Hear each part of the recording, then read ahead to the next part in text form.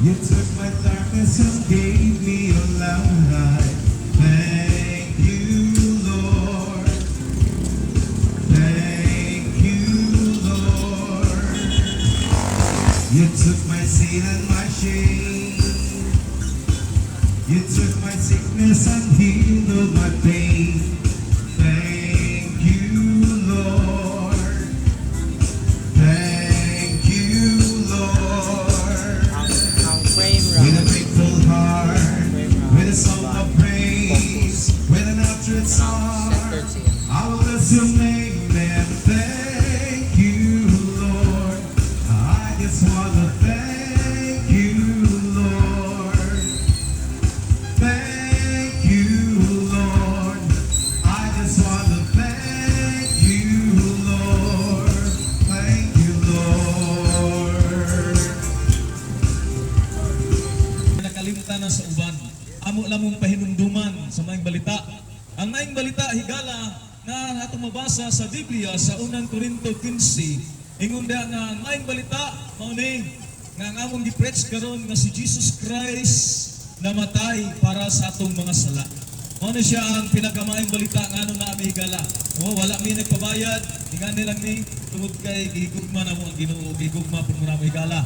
Kay matod sa Biblia ini kamatay sa tao na duha ka lugar padungan, langit ra gyud ug impierno, no? Mao ni sa gisgutan sa Biblia, manang nga kinahanglan higala nga atong pangandaman ang atong kinabuhi samtang buhi pa. Buhi pa ta. Kaya ini kamatay. Matod pa sa Hebrews 9:27, ini kamatay sa tao hukma din sa Dios. Mao na gingon sa Biblia. Mao na ang pulong sa Ginoo nagpahinumdum higala nga sa Jesucristo ni anhi namatay siya ug sa pagkatulo ka adlaw nabanhaw siya aron atong maangkon ang kinabuhing walay katapusan. Walay bayad ang kaluwasan higala, no?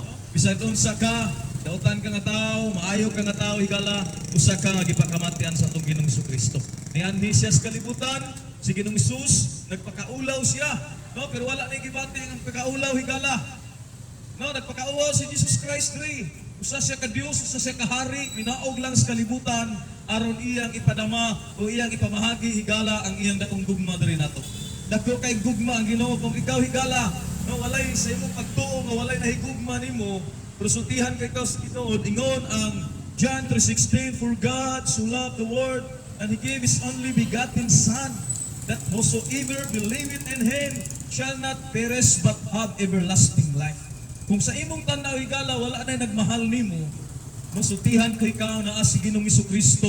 Ni anhi si Jesus Christ, gipadala siya sa atong amahang Dios, maingon diha tungod sa dako niyang gugma. Gigugma kaniya higala, dili siya buot nga mangadto ta sa kalaglagan, no? Dili siya buot higala nga mangadto ta sa impierno. Kay kining impierno higala mao ni siya last ni siya nga judgment nga dili na gid ta pwede nga mupili patag langit kung tuwa na ta sa impierno. No, asa man ta mupili higala samtang buhi pa ta. No? Sultihan ko mo duhara ka lugar ang padulngan sa tao, langit ra gyud og impierno. Mao nang hinungdan ni si Jesus, si Ginoong Jesucristo aron pasayloon ang atong sala. Mao nay tinuod, no? Aron atong pangandaman ang atong kinabuhi samtang buhi patahigala. Kay kung patay na gani ang tao, wala siya makaduol sa atong Ginoong Jesucristo, wala siya makarepent, wala siya makahinulsol siyang sala ug mamatay ang tao. Ingon ang Biblia, makamata siya ug duha ka lugar ang iyang mamatan. No, nagtuota nga mabayran ang kaluwasan higala, dili mabayran ang kaluwasan. No, walay espesyal, walay regular ang kaluwasan. Ang kaluwasan higala naalang kang Ginoong Jesucristo. Ug karon nga buhi pa ta kinahanglan ato ni pangandaman. Sa na ito pagpangandam higala, kinahanglan atong tuuhan ang iyang gipadala sa amahan nga mao si Ginoong Hesus. No, walay laing gilansang sa krus, dili atong relihiyon, walay lain higala nga nabanhaw kundili si Ginoong Jesucristo lang. Mana ingon ang Biblia sa unang Juan 1:9, no, ingon dia kung isukid lang sa Dios ang iyong mga sala, matinumanon ang Dios nga mupasaylo. Sultihan kahigala dako kayo ang grasya sa Dios nato. Gusto siya nga makaangkon tag kinabuhing walay katapusan. Bisan na gikan ang sala, no, kining sala may hinungdan higala nganong nagpakamatay si Ginoong Jesucristo. Bisan na gikan ng sala higala, kining sala gikan ni sa atong una nga ginikanan si Adan ug si Eva. No, giingnan sila sa Dios na sa book of Genesis 2, giingnan sila Adan Eva ayaw mugkaon ni anang prutas nga nasa taliwala sa Garden of Eden kaysa adlaw nga mugkaon mo mamatay gid kamo.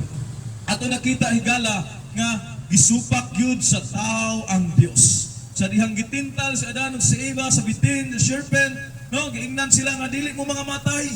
Mga higala nga mikaon si Adan ug si Eva sa prutas. No, sa pagkaon nila higala, diha misulod ang sala o diha misulod ang kamatayon. Kung sa may sala sa tao, ang sala sa tao higala mauning pagkamasinupakon, no? Kining pagkamasinupakon mao kini siya sala nato. No, sahay atong supakon ang Biblia, ang pulong sa Ginoo kay maghimo tag atong kaugalingon. Mana hinungdan ning anhi si Jesus Christ, no? Tungod kay kana kasala higala makahimpierno na, no? Ingon ang Biblia, bisan pag usa ka righteous, usa ka kabuutan nga tao higala kini katong pagkamatarong dili ni makaluwas. Himatod pa sa book of Isaiah 64 verse 6, ingon diyan, atong kaugalingong pagkamatarong sama lamang kini sa hugaw nga trapo o pahiran. O na nang inahanglan tag Ginoong Hesukristo higala. No?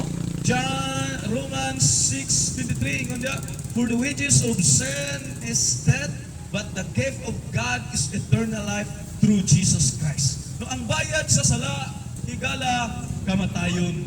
Mao na ang kamatayon sultihan ko mo asa napit na kamatayon kini gitawag og ikaduhang kamatayon nga mao ning impierno. Eternal death. Mao na bayad sa sala. No, kung ang tao dili siya magrepent, dili siya mobalik ni Ginoong Hesukristo, magbayad siya sa sala ngadto sa impierno. Mao ni gitawag og walay katapusan nga kabayaran sa atong sala higala. Mao na karon higala wala na may kaulaw ang maing balita ang pulong sa Ginoo kay ingon si Apostol Paul Romans 1:16 ingon si Apostol Paul dili ko ikaulaw ang maing balita ang Biblia kay gahom kini sa Dios sa pagluwas sa tanan nga mutuo. Sa mutuo ra higala una sa mga Hudyo ingon man sa mga Grecianon. Mana ang Biblia higala mao ra gyud makaluwas sa tao. Ang pulong sa Ginoo mao ra gyud makaluwas sa tao nga maong kinabuhi ni Ginoong Hesukristo nga gisuwat ni ining Bible. Muna karon higala, sultihan ko ikaw, dili tanan nga nas kalibutan anak sa Dios.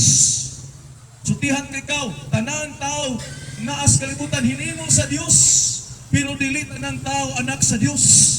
Kinsa ra may anak sa Dios? Ingon ang John 1:12, ang tanan nga mingdawat kaniya gihatagan sa katungod nga mahimong anak sa Dios. Sultihan ta kay higala, dahil nagtuo ka nga anak ka sa Dios, dili tanan anak sa Dios nga nas kalibutan.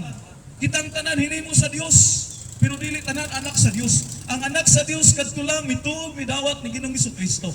John 8:44 ingon si Jesus, mga anak kamo sa inyong amahan nga maong Yawa, mamumuno siya sa sukad pa sa sinugdan kay wala gud siya mudapig sa kamaturan kay amahan siya sa tanang baka. No, higala, itihan ko ba gusto ba ka mahimong anak sa Dios? Ingon ang Biblia sa 1:12, ang tanan mutuog mudawat ni Jesus mao ray makaangkon nga mahimong anak sa Dios. Dili tanan anak sa Dios higala. Kung gusto ka mahimong anak sa Dios dinhi nga haponon, kung gusto ka malista ang imong ngalan sa libro sa kinabuhi, matud pa sa Revelation 20 verse 15 nga kinang malista ang imong ngalan sa libro sa kinabuhi. Kung di ka ni malista higala, dili ka anak sa Dios.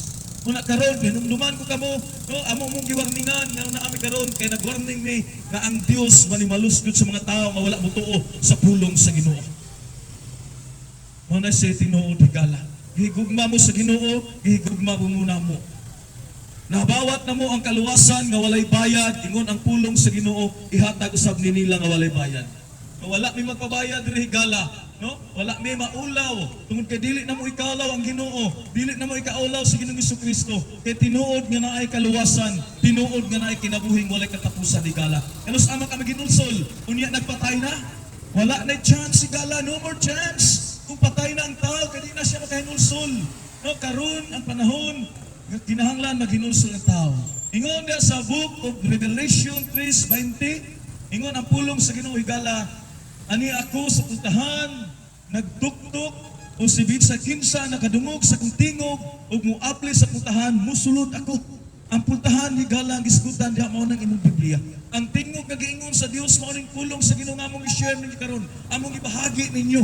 Kung nakadungog mo sa tingog sa Ginoo mao ning pulong sa Ginoo ug imong aplihan ang pultahan nga manay mo kasing-kasing musulod ang atong Ginoo higala. Gusto ka niya himuong iyang anak?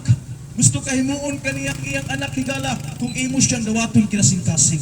Mao na nini nga hapunon ang iyong kakamigala kung gusto mo mudawat si Ginoong Jesucristo, ablihi ang inyong kasing-kasing karon. Karon ang adlaw sa kaluwasan. Sabat na higala kung imong dawaton si Ginoong Hesus.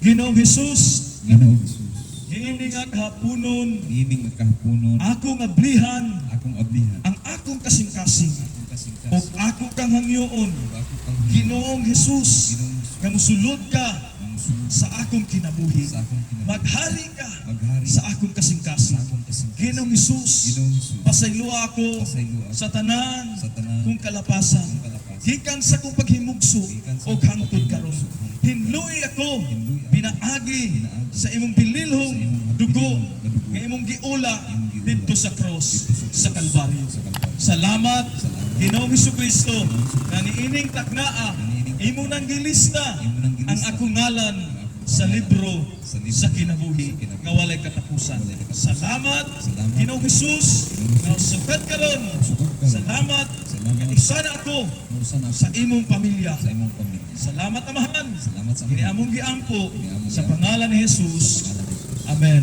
Amen. Praise the Lord. Dalay ko ng Diyos.